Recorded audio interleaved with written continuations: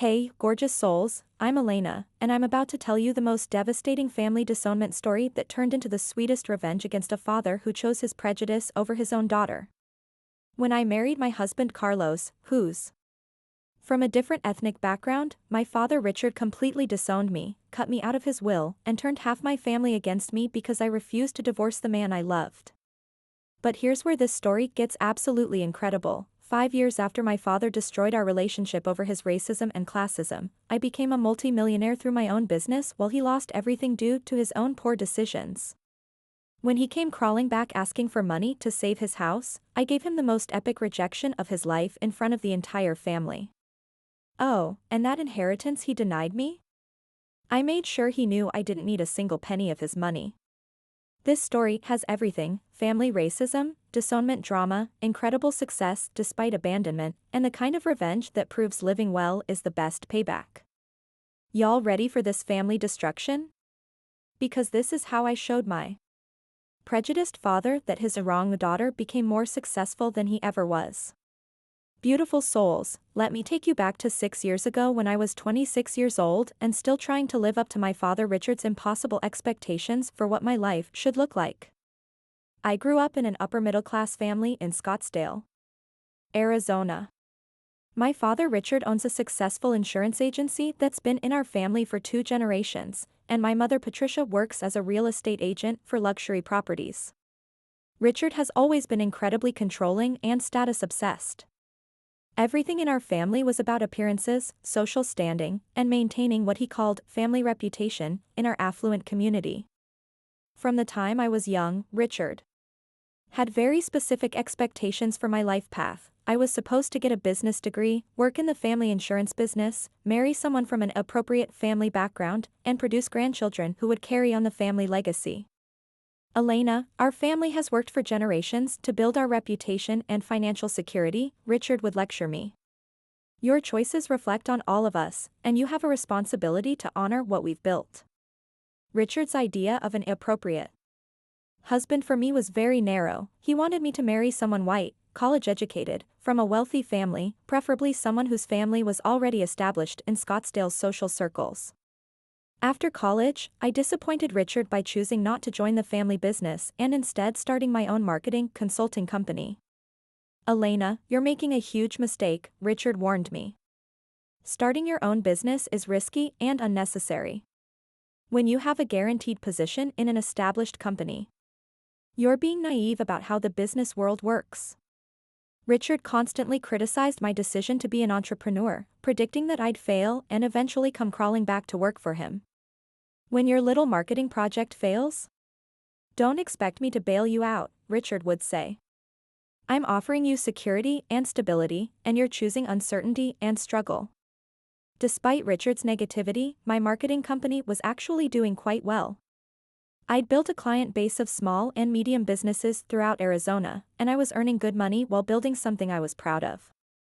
But Richard refused to acknowledge my success, always finding ways to diminish my achievements or predict future failures.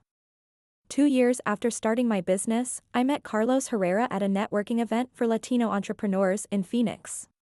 Carlos was 28, incredibly intelligent and ambitious, and owned a successful construction company that specialized in sustainable building practices.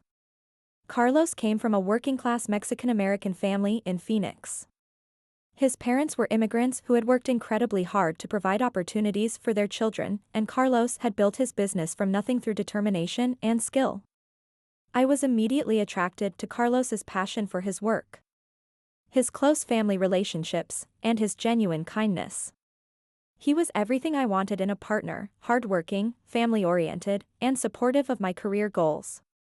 Carlos and I started dating seriously, and within 6 months, I knew he was the man I wanted to marry. But I also knew that introducing Carlos to my father was going to be a disaster. When I finally brought Carlos to meet my parents, Richard's reaction was even worse than I'd anticipated. Richard was polite during dinner but clearly uncomfortable and disapproving. After Carlos left, Richard immediately started expressing his concerns about our relationship. Elena, I'm sure Carlos is a nice young man, but you need to think seriously about compatibility, Richard said. You come from very different backgrounds, and those differences will cause problems in a marriage. When I asked Richard to be more specific about his concerns, his true prejudices came out. Carlos doesn't have a college degree, his family background is completely different from ours, and frankly, I don't think he understands the social expectations that come with being part of our family, Richard explained. What are you really saying, Dad? I challenged him. I'm saying that successful marriages happen between people from similar backgrounds, Richard replied. Carlos seems like a hard worker, but he's not the kind of man who can provide the lifestyle and social standing you're accustomed to. Richard's comments were thinly veiled racism and classism, and I was disgusted by his attitude. Over the following months, Richard launched a systematic campaign to break up my relationship with Carlos. He'd invite me to family events and social gatherings without extending invitations to Carlos, then act hurt when I declined to attend without my boyfriend. Elena, you're choosing this relationship over your family, Richard would complain. Carlos is driving a wedge between you and the people who love you most.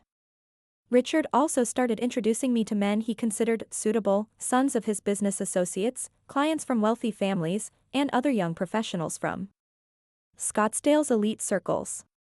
I want you to meet James Morrison, Richard would say. His father owns the largest law firm in Scottsdale, and James just made partner. He's exactly the kind of man who could give you the life you deserve. When I'd refuse these setups or make it clear I wasn't interested, Richard would become angry and accusatory. You're throwing away opportunities for a stable future because you're infatuated with someone who can never give you what you need, Richard would argue. Richard also started making disparaging comments about Carlos's family and background. Whenever his name came up in conversation, I'm sure Carlos's parents are lovely people, but they can't possibly understand the social and business connections that are important for your career, Richard would say.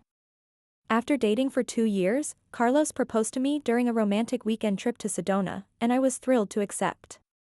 When I told my parents about our engagement, Richard's reaction was immediate and devastating. Elena, I cannot and will not support this marriage, Richard announced.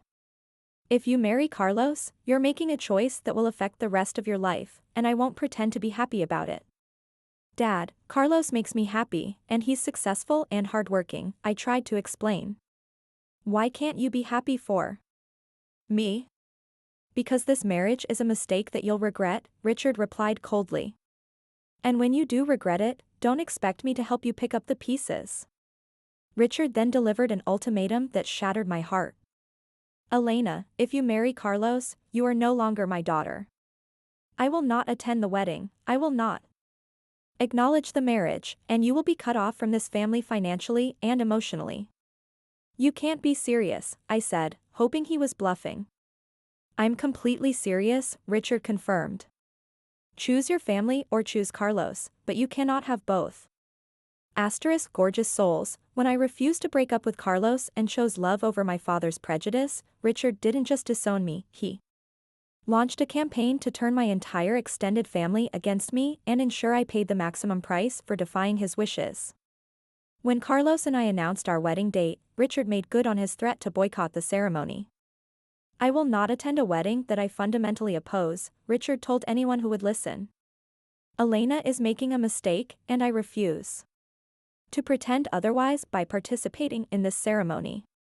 But Richard didn't stop at simply not attending, he actively discouraged other family members from supporting our wedding. Richard called my aunts, uncles, and cousins to explain why he opposed the marriage and why he thought they should also boycott the ceremony. Elena is throwing away everything our family has worked for, Richard told my relatives. This marriage is going to be a disaster, and supporting it is just enabling Elena's poor judgment. Several family members, particularly my father's siblings who depended on him for business connections and financial advice, sided with Richard and refused to attend our wedding. My uncle Tom, who worked for Richard's insurance agency, told me, Elena, I love you. But I can't go against your father on this. My job and my family's security depend on maintaining good relationships with Richard. The family division was heartbreaking, people I'd known and loved my entire life were choosing Richard's prejudice over supporting my happiness. Richard also followed through on his threat to cut me off financially and remove me from any family financial benefits. I was removed from the family business succession plan, which meant I would never inherit or have any ownership stake in the insurance agency that had been in our family for 2 generations. Since Elena has chosen to reject family values and expectations, she's no longer part of the family business legacy, Richard announced to business associates and family members.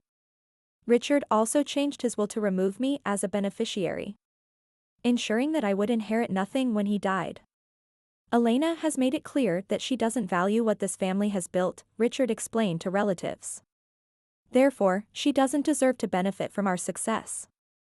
Most immediately painful, Richard stopped helping with expenses he'd been covering for years, including my health insurance and the cell phone plan I'd been on since college. If Elena wants to be independent and make her own choices, she can handle her own financial responsibilities, Richard told my mother when she suggested he was being too harsh. Richard used his influence in Scottsdale's business and social communities to damage my reputation and isolate me professionally.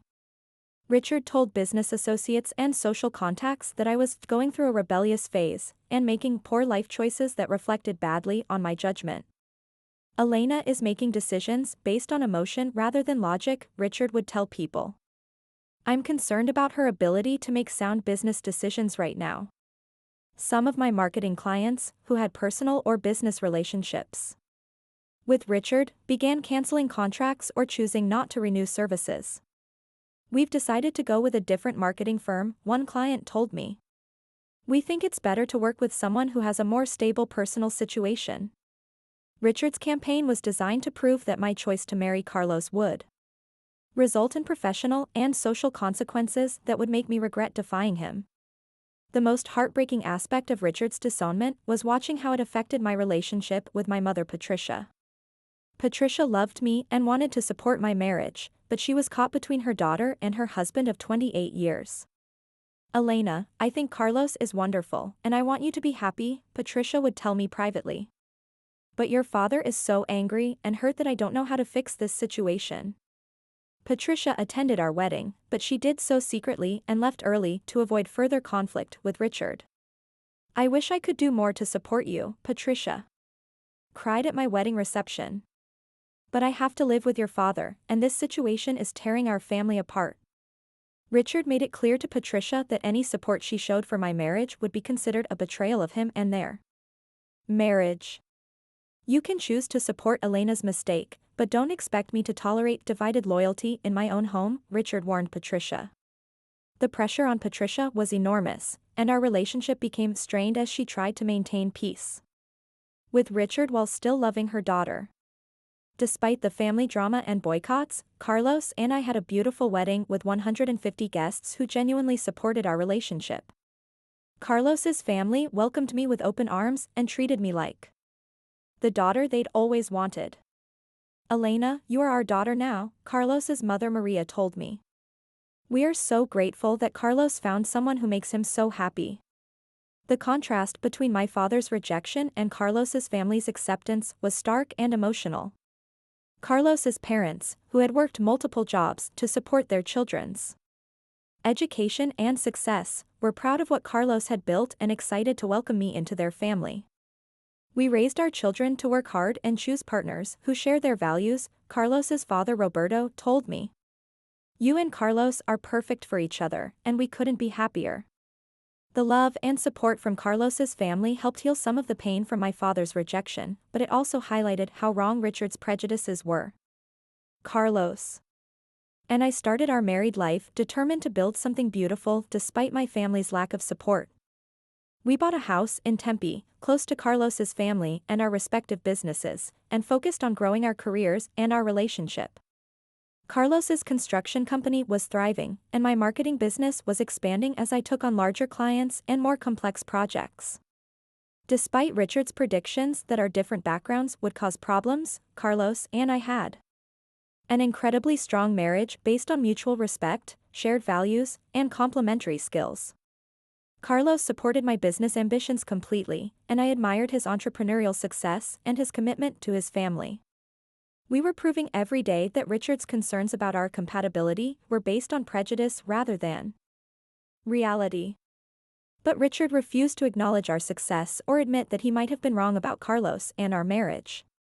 Give it a few years, Richard would tell family members who mentioned that we seemed happy. The differences will become apparent eventually. Beautiful souls, while my father was predicting my marriage would fail and my business would struggle, Carlos and I were actually building an empire that would make Richard's prejudice look even more foolish and short-sighted. About 2 years after our wedding, my marketing consulting company experienced explosive growth that exceeded my wildest dreams.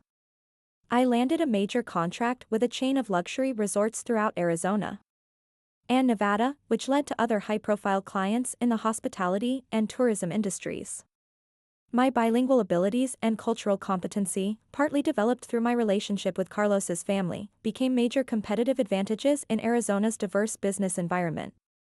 Elena, your understanding of both English and Spanish speaking markets is exactly what we need, one client told me. You can help us reach demographics that other marketing firms don't understand. Within 3 years, my company had grown from a one-person operation to a team of 15 employees with offices in Phoenix, Tucson, and Las Vegas. Annual revenue had increased from $150,000 when I started to over $2.8 million by our 4th year of operation. I was featured in Arizona Business Magazine as one of the state's 40 under 40 most successful entrepreneurs. Carlos's construction company was experiencing similar incredible growth during the same period. Carlos had positioned his company as a leader in sustainable and energy-efficient construction, which became incredibly popular as environmental consciousness increased in Arizona. His bilingual abilities and strong relationships in both English and Spanish-speaking communities gave him access to a broader client base than many competitors. Carlos's company grew from 8 employees to over 60 employees, with projects throughout the Southwest.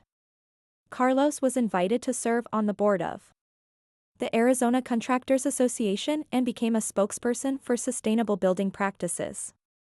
Together, Carlos and I were earning over $4.5 million annually and building wealth faster than either of us had imagined possible. With our combined business success, Carlos and I began investing in real estate throughout Arizona. We purchased rental properties in growing areas of Phoenix and Tucson, renovated them using Carlos's construction expertise, and rented them to young professionals and families. We also bought several commercial properties that we leased to small businesses, creating passive income streams that supplemented our business earnings.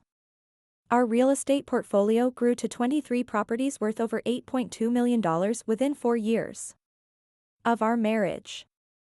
Carlos's construction knowledge allowed us to purchase undervalued properties, improve them cost-effectively, and maximize our returns on investment. We were building generational wealth that would have impressed even Richard if he'd been willing to acknowledge our success. Our business success led to recognition and influence throughout Arizona's business and political communities.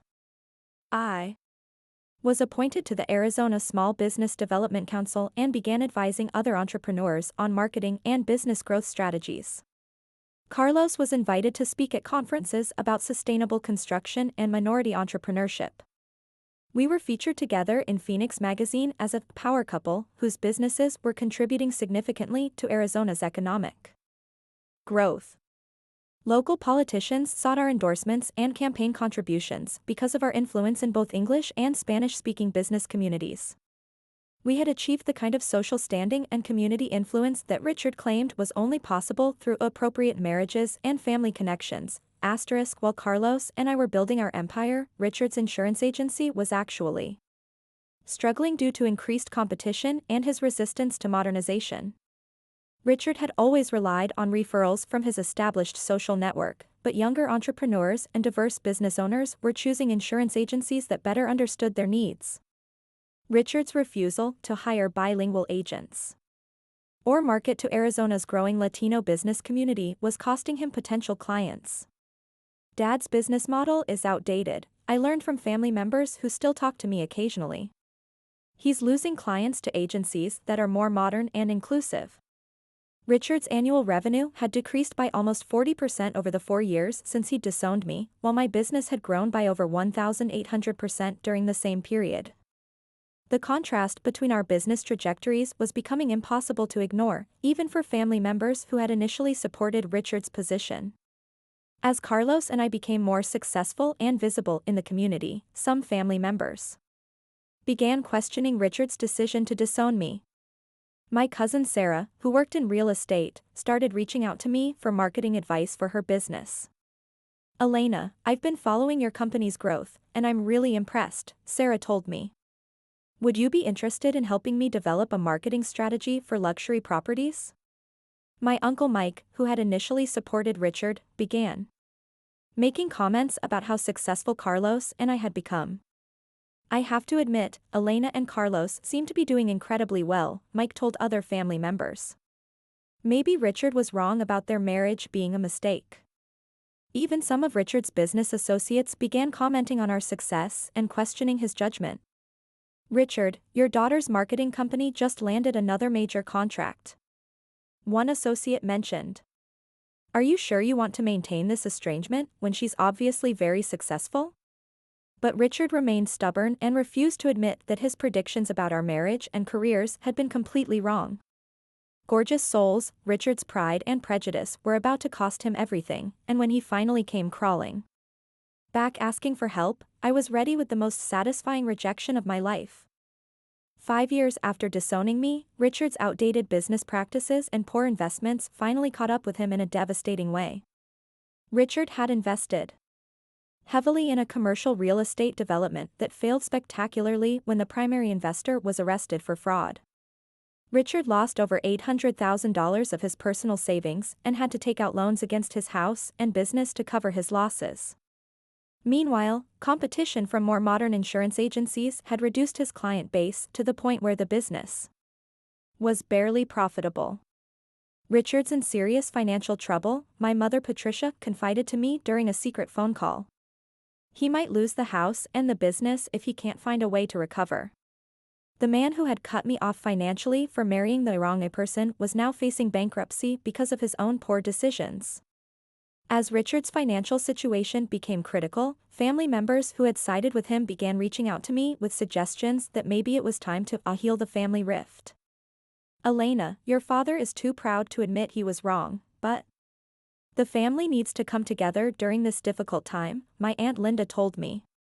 "Maybe you could reach out to your father and offer some kind of reconciliation," my Uncle Tom suggested.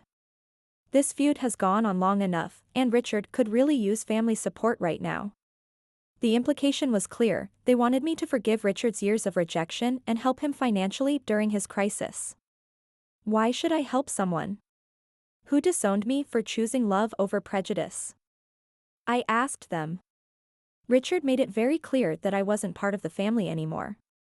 Finally, after months of intermediaries, Richard swallowed his pride and called me directly to ask for help. "Elena, I know we've had our differences, but I'm hoping we can put the past behind us," Richard said awkwardly. "I'm going through some financial difficulties, and I was hoping you might be able to help." "Help how?" I asked, wanting to hear him spell out exactly what he was requesting. "I need a loan to save the house and keep the business running," Richard admitted. "I know you've been very successful, and I thought maybe you could lend me $400,000 to get through this rough patch." The audacity was breathtaking. The man who had predicted my business would fail and cut me out of his will was now asking me for almost $500,000. "That's a lot of money, Dad," I said calmly. "Why do you think I should lend it to you?" "Because I'm your father, and despite our disagreements, family should help family," Richard replied. "Family helps family?" I repeated. "That's interesting, because I don't remember you considering me family when I needed your support 5 years ago." I told Richard that I'd consider his request, but that I wanted to discuss it with the entire family present. I arranged a family dinner at my mother's house, inviting all the relatives who had witnessed Richard's disownment and who were now hoping I'd bail him out. When everyone was gathered around the dinner table, I stood up to address Richard's financial crisis and his request for help. "Richard has asked me to lend him $400,000 to save his house and business," I announced to the family. "Before I make this decision, I want everyone to remember why Richard and I haven't spoken for 5 years. I looked directly at Richard. Dad, you disowned me because I married a man you considered beneath our family's standards. You cut me out of your will, boycotted my wedding, and told me I was no longer your daughter. You predicted that my marriage would fail and my business would struggle because I chose Carlos over your approval. Now, 5 years later, my marriage is stronger than ever, my business is worth millions, and I'm more successful than you've ever been. The room was completely silent as everyone processed the irony of the situation. Dad, you want me to lend you $400,000 to save the life you built by rejecting me, I continued. But here's what you don't understand, I don't need your approval, your inheritance, or your family connections to be successful. Carlos and I have built something incredible together. And we did it without any help from you or your social network. We've proven that love, hard work, and mutual respect are more valuable than prejudice, social status, and family name. So here's my answer to your request, no. I will not lend you money to save the business and lifestyle that you prioritized over your relationship with your own daughter. Richard's face turned red with anger and humiliation. Elena, you're being vindictive and cruel. I'm your father, and I raised you better than this. You raised me to work hard, make good decisions, and stand up for what I believe in, I replied. That's exactly what I'm doing. The family members who had supported Richard's disownment were finally forced to confront the consequences of their choices. Elena, surely you can find it in your heart to forgive your father and help during this crisis, my Aunt Linda pleaded. Where was this concern for forgiveness when Richard was destroying our relationship? I asked. Why is family unity only important when Richard needs something? My Uncle Tom, who had boycotted my wedding to protect his job, was particularly uncomfortable as he realized the hypocrisy of the situation. I understand that you're hurt, Helena, but maybe it's time to be the bigger person, Tom suggested. Weakly. I am being the bigger person, I replied. I'm not trying to destroy Richard or take revenge. I'm simply choosing not to reward the prejudice and cruelty that he showed me. The family finally understood that their support for Richard's disownment had consequences and that loyalty works both ways. Richard ultimately lost his house and had to close the family insurance agency that had been his pride and identity for decades. He and Patricia moved into a small apartment and are living on Social Security and Patricia's reduced real estate income. Meanwhile, Carlos and I continue to build our empire and our beautiful life together. We now own a successful marketing company worth over $5 million, a construction company worth $8 million, and a real estate portfolio worth $12 million. We have 2 beautiful children who speak both English and Spanish and are being raised to value character over social status. Our children know the story of their grandfather's prejudice and understand why we don't have a relationship with him. Grandpa Richard chose his pride over love, I explained to them. That's not the kind of people we want to be. Richard occasionally sends letters asking to meet his grandchildren, but I don't respond. I learned that family isn't about blood or social expectations, it's about love, support, and acceptance. Richard thought he could force me to choose between love and family approval, and when I chose love, he made sure I paid the price. But his punishment backfired spectacularly, losing his approval freed me to build something better than anything he could have given me. That's how you handle a prejudiced parent, y'all. You prove them wrong through success, and you let them live with the consequences of their choices. Sometimes the best revenge is simply living well and refusing to bail out people who chose prejudice over love. And gorgeous souls, if this story resonated with you, if you've dealt with family prejudice or been forced to choose between love and approval, I want you to know that you have the strength to build something beautiful despite their rejection. Your worth isn't determined by other people's acceptance, even if those people are family. If you want to hear more stories like this, more tales of family prejudice consequences, love triumphing over hate, and proof that success is the best revenge, make sure you hit that subscribe button and ring the notification bell. I post new revenge stories every week, and trust me, y'all are not ready for some of the family drama I have coming up. Your support means everything to me, beautiful souls. Every like, every comment, every share helps me reach more people who need to hear these stories. Because sometimes, knowing that someone else chose love over prejudice and thrived is exactly the inspiration we need to stand up for our own values. So smash that subscribe button, leave me a comment telling me about your own experiences with family prejudice or forced choices, and let's build a community of people who refuse to let other people's hatred define our happiness. I'll see you gorgeous souls in the next story, and remember, choose love over hate, build your own success, and never let anyone make you feel ashamed for following your heart.